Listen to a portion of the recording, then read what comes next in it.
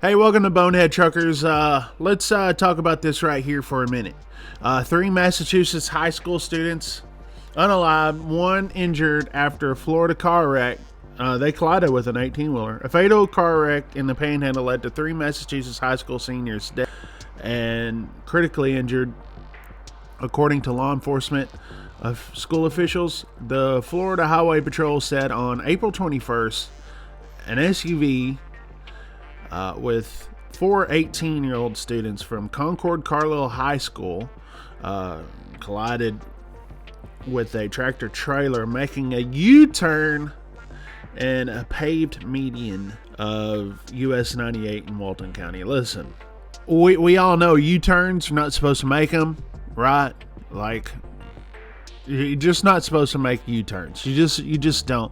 Just because there is a concrete or a paved section right there does not mean, that you do a U-turn. It's especially dangerous in a semi. It's just especially. Listen, if you're in a car, what have you, but you're a big old, tractor trailer doing you missed your turn. You can go down. But here's the kicker, guys. The people in the tractor trailer, a 19-year-old driver from Defoniac, I guess how you say that, Springs, and passenger, 23-year-old man from Panama City Beach, were not injured. First of all, I have a big issue with a 19-year-old driving a truck, okay?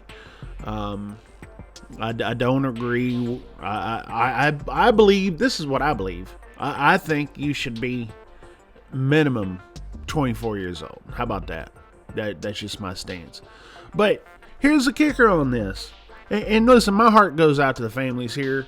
Such a loss. But as they release the names, okay, they release the names of the people, the kids that lost their lives. No one releases the name of this driver. We know it's a 19-year-old driver of the semi.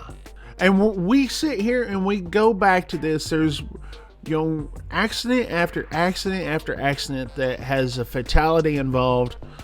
And the driver's name doesn't get released. Now, sometimes it does. And usually when they do get released, it doesn't surprise us. Because guess what? We've got news from the wrecking in West Virginia last week. Hey, let's cover that for a minute. So this is the criminal complaint out of West Virginia. Anbar Sabarov. Okay, this is listen, we've had this for a week or so now, just waiting for more information. But one thing they released his name and mugshot. But what they didn't do is talk about the name of the company, United Carrier Incorporated. Let's take a look at United Carrier Incorporated. This is who the driver, the company that this guy worked for, has 37 trucks out of Bloomington, Minnesota. We'll do a Google search on that address. The fatality does not register in here yet. It's not put in here, but this is something I wanted to show you guys. This right here, inspections on the vehicle, on the for the company, right? Vehicle inspections, 32 inspections. Out of those 32, 15 were out of service. 15 out of 32. That's nearly 50% of all inspections. I mean, how can you get that bad? So let's do a search on where this is located at. Oh no, it's not an apartment complex. It's not. Let's take a look. It looks like an office building. 7800, so that would be this side. I'm surprised it's not an apartment complex. There it is, 7800. So this is where 37 trucks is at, and listen, they have they have an office spot right. That's what they have right here by the airport in Bloomington, Minnesota. Are you surprised? Now, are you surprised that it's a white Volvo? Are you? Are you surprised? Part of the white Volvo Mafia. This guy from a New York City borough that's a lot of Russians are from, and this guy, I believe, is probably Russian or at least something from that part of the world. Okay. And I just want to know, well, first of all, they're known for driving white Volvos. I'm just sitting there saying, so we stereotype for a reason here, white Volvo Mafia. But you got this guy right here, and this is like the only picture of the truck in West Virginia that we have, okay, or at least that I've seen. Holland looks to be an old Schneider trailer. Now Schneider, they sell their old trailers, so that does not mean that, he was leased on to Schneider or anything like that. So we don't know that. That's obviously the thing, but here's a situation, right? And this is what all boils down to, is that training.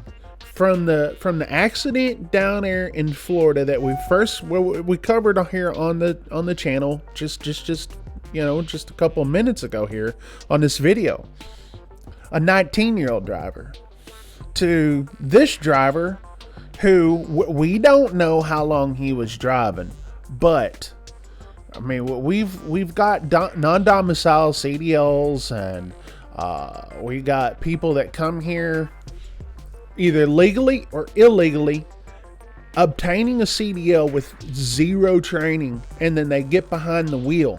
Because let's just face it, you old timers know this, these drivers or these trucks are getting easier and easier to drive, mainly because of automatics. You cannot put these drivers with no training, all right, behind the wheel of an 18 speed or a 13 speed or even a Super 10. How many of you guys remember the Super 10s? All right. So these guys get behind the wheel. And all they have to do is pretty much steer it. At least that's, when you're going forward, but it still takes a lot of training. Okay. You're still responsible for 80,000 pounds. Going up through the hills and the mountains, how to negotiate a turn. How many times have we seen on this channel where we have drivers that just cannot back up? Because let's just face it, most accidents in trucking, most of them occur when people are backing up. All right. So just because it's easy to shift, okay, a truck is easier to shift because it's an automatic, does not mean that you can't go without training. I am a big proponent of training and training truck drivers, and the only way to do that is do it in English, okay? Doing it for American citizens, okay? If you're going to drive a truck in America, I believe and I know a lot of people get upset by that, but I believe you have to be an American citizen.